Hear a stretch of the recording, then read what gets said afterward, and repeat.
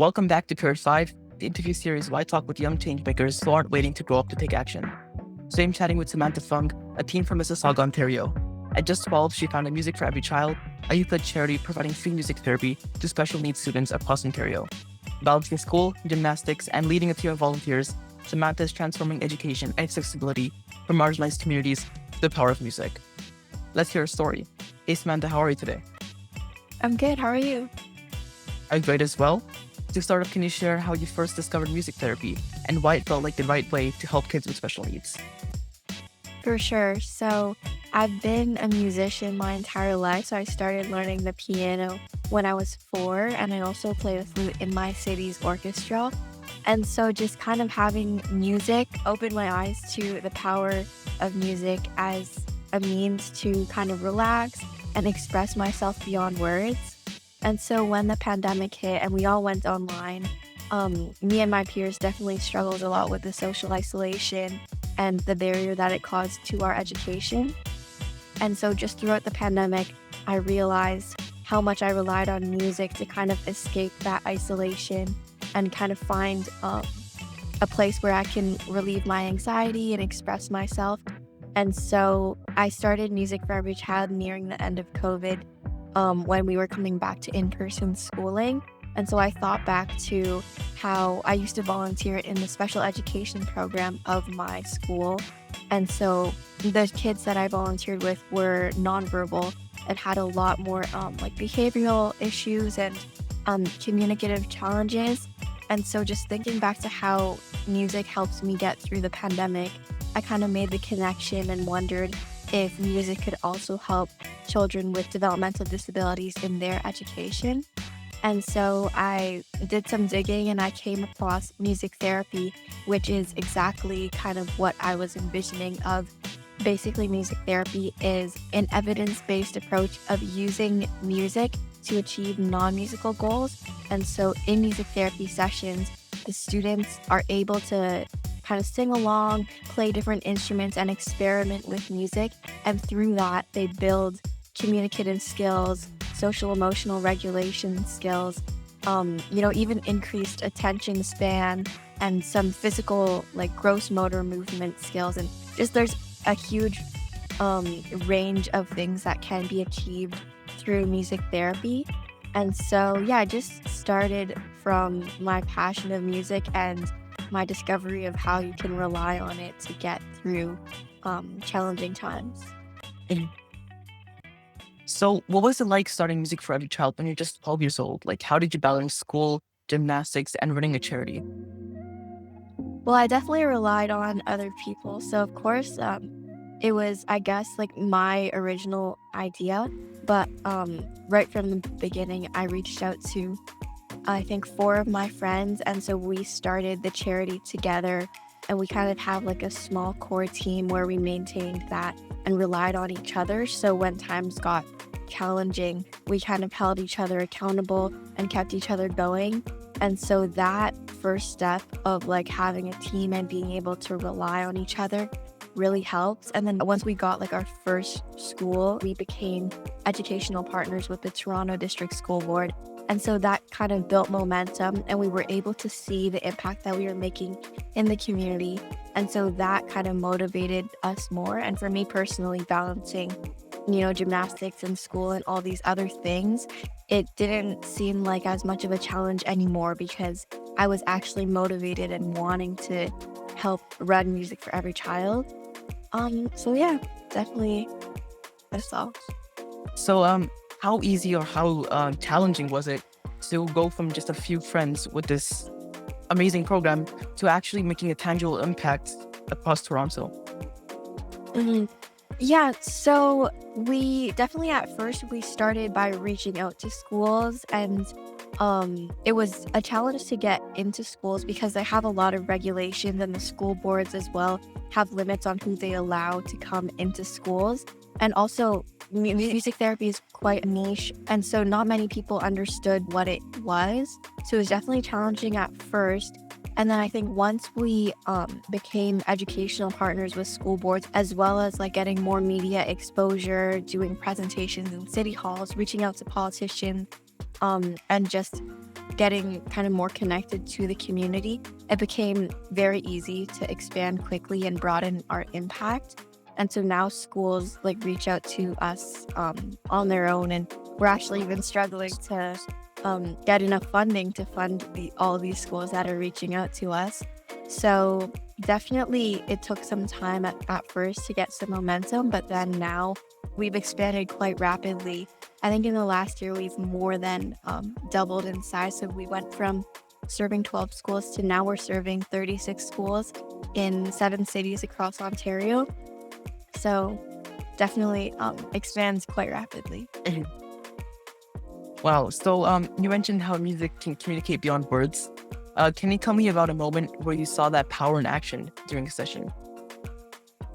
Yeah, so definitely there are some really touching moments during sessions where sometimes there's this activity where the music therapist would play like different types of music. So for example, like a sadder song, or like a quieter one at like or slower one to have the kids settle down. And then she would pick up the pace slowly and kind of play more upbeat. And so I remember I was sitting in one session and one of the students was just so engaged and was like laughing and dancing along with the upbeat music. But I think the real kind of touching part in music therapy is because we run throughout the entire school year. So there's several months of music therapy that are done like once a week. And so that builds a relationship between the therapist and the students, and also between a student and their peer as well. And so seeing those relationships develop and the progress kind of slowly over several weeks. So, for example, we had one student where for children with developmental disabilities, it can often be very challenging to try new things. And so they would not even be able to walk into the room when there was music therapy, like, and with the instruments, they wouldn't touch any instruments. And so after a couple weeks, they began like walking into the room, just sitting on the side, not participating, but listening in and continuing to do those steps. And now they're able to touch instruments and participate in the session and even just get up and dance as well.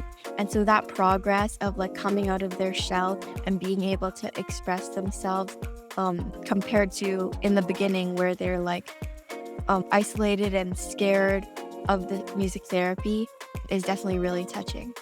Mhm. What would you say is the biggest win so far for music for every child, for you personally, or for the greater community? Yeah, I think the biggest win is definitely being able to help children with special needs. So that was our mission at first. Just being able to provide them with an entirely different and unique learning avenue that kind of transforms their education. But another actually huge win that we came across throughout the years was realizing how we're able to provide kind of an outlet for young change makers to make an impact in their community. So now we have a team of 20 high school students, grade 9, grade 10. And so seeing them develop and find the joy in giving, they've been able to bring music therapy to their own schools. They've been able to organize fundraisers and bring their ideas to life. And so that kind of youth mobilization aspect where we're able to support and work with and learn alongside youth that are striving to become leaders of today is a huge win for us as well. Mhm. So, starting Music for Every Child has brought you a lot of recognition around the world. So, what is your favorite award or recognition you've received so far? And why does it stand out to you? Yeah, so definitely I've been so honored and so lucky and thankful to have received these awards. And I don't want to be like, this is my favorite, this is the only one that matters. I'm so thankful for all of them. But I think one of them that's the most memorable was when I won the Diana Award. So yeah, it's an international award for like social activists and young change makers. For this one, I got nominated by the teacher that I actually first, so I was 10 years old when I first started volunteering with kids with special needs, and that teacher actually ended up nominating me for the Diana Award. And that was just, it came so unexpectedly and really kind of was a moment of realization that my work with Music for Every Child, and just Music for Every Child itself, has grown to actually have tangible impact in the community. And so not only was the award itself like a huge honor, but it also gave us like a push to keep going. And the Diana Award is kind of the main reason why we have so much media coverage. So I think we're covered by almost all the major media stations in Toronto and the GTA. And that definitely was thanks to the Diana Award. So not only was it like a great recognition, but it was also a great help and a great milestone in the progress of Music for Every Child. So looking ahead, where do you want Music for Every Child to go in the next few years? Any big dreams or plans you want to share? Yeah, honestly, we want to help as many people as possible. So, of course, we have our youth mobilization aspect. Our volunteer team is continuing to grow, and I hope that the younger members of our team are able to grow into leaders of their own and make their own impact in the community. But then, on the other hand, we, of course, want to help children with special needs as much as possible. So we have been focusing on helping children with special needs in Ontario and just expanding in that regard. But we also recognize that there are other youth that need help. And so we want to help, honestly, in general, kids like that are the most in need. So we actually have started partnerships in 4 different African countries. And so we are adapting our music therapy program to be able to reach marginalized children in those African countries, as well as starting some international partnerships with Child Rights Connect and the Learning Planet Institute. And so we're kind of also trying to look more into, connecting with the UN and bigger organizations to kind of go international and just expand our impact as much as possible. For teens who want to start making a difference but don't know where to begin, what advice would you give? Definitely, it can be super scary at first and really challenging. And so taking the first initiative and following through on your ideas is honestly the hardest part, in my opinion, about making impact. And so, like, we have so many volunteers on our team that come to us. They want to make a difference, but they don't know where to start. And honestly, for me, I feel like thinking back when I was 12, I also had no idea on where to start. And Music for Every Child has just gone like beyond my wildest dreams. And so I would encourage anyone who wants to make a change to take the first step and don't be afraid of failing, because whatever you achieve will be a positive change. If you end up failing, there's not going to be any negative impact. So there's it's like a no pressure situation. And so, yeah, you should definitely take the chance and keep at it, even if it's hard in the beginning, because the potential of your impact is far beyond what you're expecting.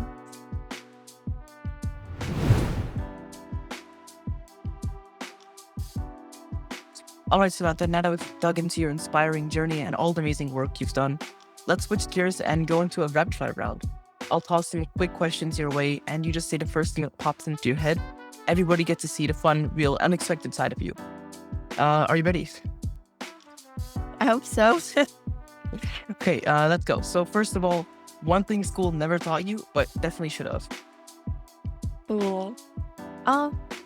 I think interacting in the real world, like communicating, you have to be on top of things and like follow up with people. And so that's something I had to learn outside of school. If your life right now was a movie or book title, what would it be? Honestly, go with the flow. Like, I feel like I don't have a main goal I'm working towards. I just have a kind of desire to give back and create impact. So I'm going with the flow. Nice. Your go-to comfort food when things get rough? Oh, I mean, it depends what like mood I'm in. A comfort food, I'd say like instant noodles. They're so easy to make and they taste so good. Would you rather have unlimited time or unlimited energy?